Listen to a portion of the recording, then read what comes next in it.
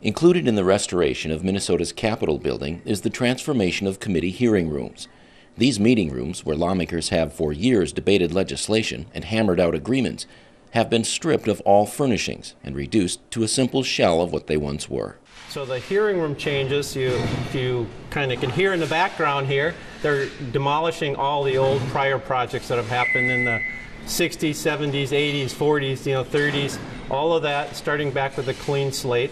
We're getting back to the original historic materials that are left. We're finding those as we go along, and then restoring those rooms to the current functions. So we're trying to balance the historic fabric of the building and the current modern functions. Typically before, you just came right into the room off the corridors.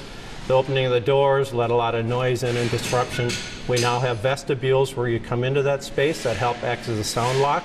You can come in, you can make sure you can visually see that you're in the right room. We are doing an induction loop around the room for better hearing for you guys, as well as handicapped and variety of hearing issues. We are providing more handicapped seating in the room in better locations. And then we're also doing all new tables for the members at the desk. So we're also very mindful of committees and how they need to be in hearing rooms.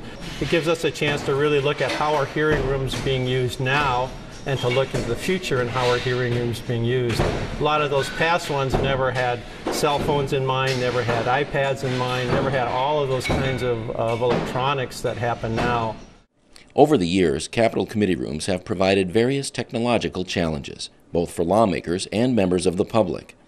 One of those rooms will remain as is, but will eventually include the same modern upgrades as the new committee rooms. And G15 is a room that represents a classic example of what we're running into for challenges out here in this project, because it's a beautiful room, wonderful historic finishes, and it leaves us very limited options for being able to add any acoustic treatments or being able to add in any new equipment. A lot of the existing technology in committee and hearing rooms is 15, 25 years old. So as part of the project, we're modernizing all of this technology, upgrading it to new digital systems where the old analog systems had been in place. We're adding visual technologies installed in the rooms, and it should be making a big improvement in the way that everybody's able to interact with the spaces, both the members and anybody from the public who's coming in to use these spaces. They should be able to interact with this technology fairly seamlessly, be able to go about the business, and have the technology enhance that everyday business rather than being an impediment to it.